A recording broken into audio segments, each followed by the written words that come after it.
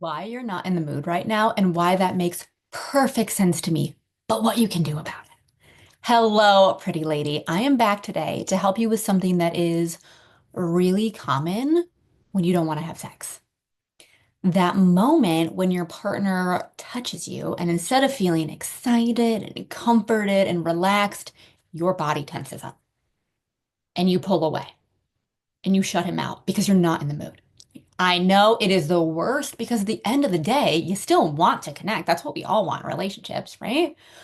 But if you have ever found yourself feeling like it takes you too long to get in the mood, or find that you enjoy sex once it's happening, but you're really confused that you don't really ever want it, or thinking afterward, well, that was kind of fun, right? We should do that more often, but then it kind of feels like work because you're never really in the mood.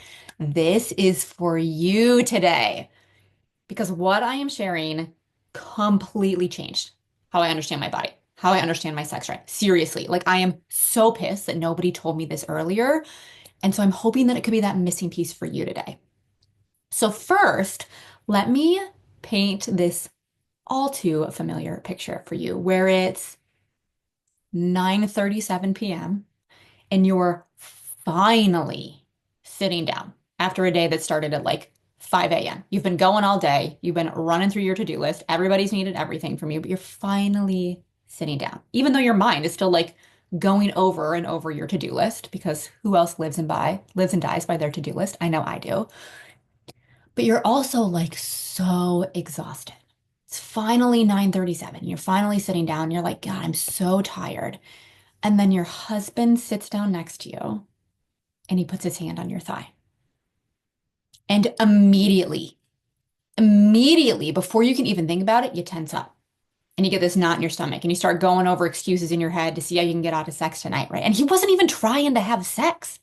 He just wanted to connect with you for a minute because he also had a long, stressful day. But in that moment, you went into this guarded state. You couldn't chance it because you didn't want to have to be the bad guy and say no again. And also in that moment, there's this awful mix of emotions. All sorts of shit happens. We feel guilty because you love this person and you want the connection and you know he feels rejected and unloved when we push him away like that. But it becomes so automatic that the guilt is real in that moment. And you get angry because why does this seem so much easier for him? And why does this seem so difficult for you? And why can't your body just chill out and be on board? And fear comes up that there's something wrong with you or fear for your relationship, right? Like afraid that this is just the new normal because this is happening a lot nowadays and worried that like this new normal is where you're just going to be guarded all the time and he's just going to be resentful and this will just be your relationship. And this is not the relationship that either of you signed up for. And because that's really fucking scary, confronting that, you've tried a lot of things. You've tried scheduling sex, even though that led to more pressure. You've tried buying the toys. You've tried reading everything you can find on Google or listening to all the podcasts. You've even tried the whole like force yourself to just do it. But none of that actually helped you want it. It had the opposite effect, actually. It made things worse. There was more pressure. There was more guilt and stress.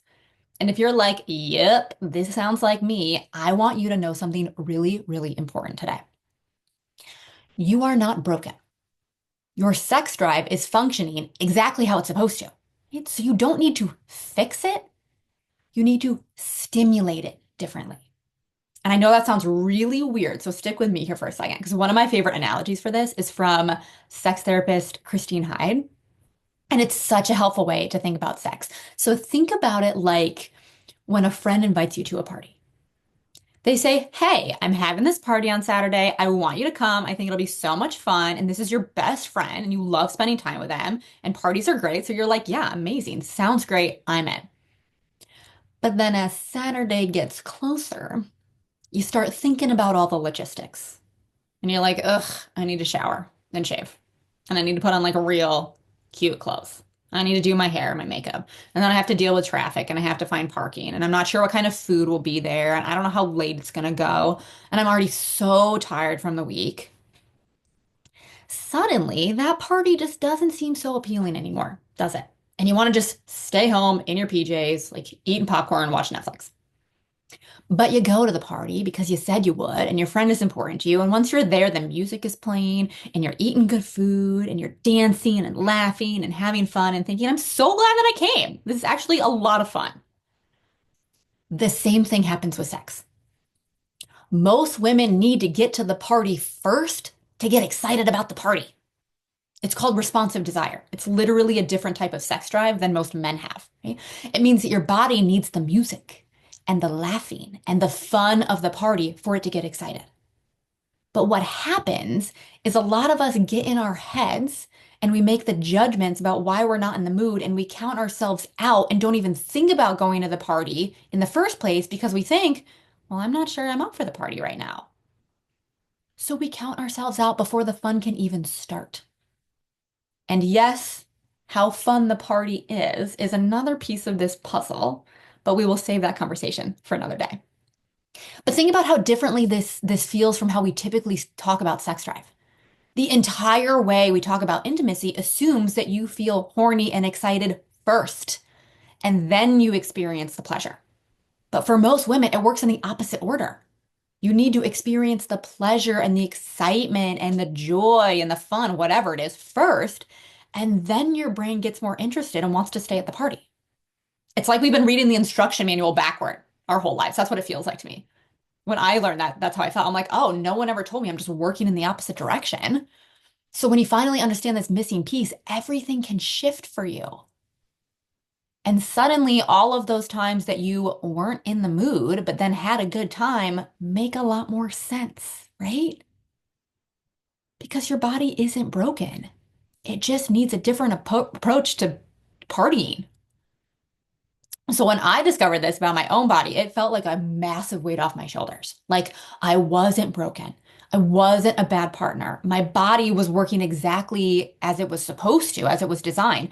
I just needed to understand how it actually worked. And then I discovered something life-changing in this, that there are specific ways to quote unquote prepare for the party, if you will, throughout your day, throughout your week, that make a huge difference in how your body responds later. And no, when you do this right, it doesn't feel like more work. I know it feels like work now because we're working backwards. When you do this right, it doesn't feel like work. It actually makes the whole thing feel a lot easier because you're having more fun, but you're also not pulling away every time your partner touches you. And you get to enjoy their love and affection again. And that in itself is so rewarding and worth it for this. I mean, I like to work smarter, not harder. So this shift and this approach was huge for me because it allowed me to start working with my body. And let me tell you, my girl appreciated that because I got to start enjoying the deeper connection in my relationship. Literal connection chemicals are released that make you feel closer to your partner during sex. And the natural pain relieving properties that come with orgasms, they literally can relieve our pain. And the mood boosting, like energized feeling that comes with having good sex. I mean, I literally felt lighter. Things felt easier in my relationship. And if any of this is resonating with you and you're like, this sounds like me, I want to know what that next step is, and you're ready to move from like theory to action, book a call with me.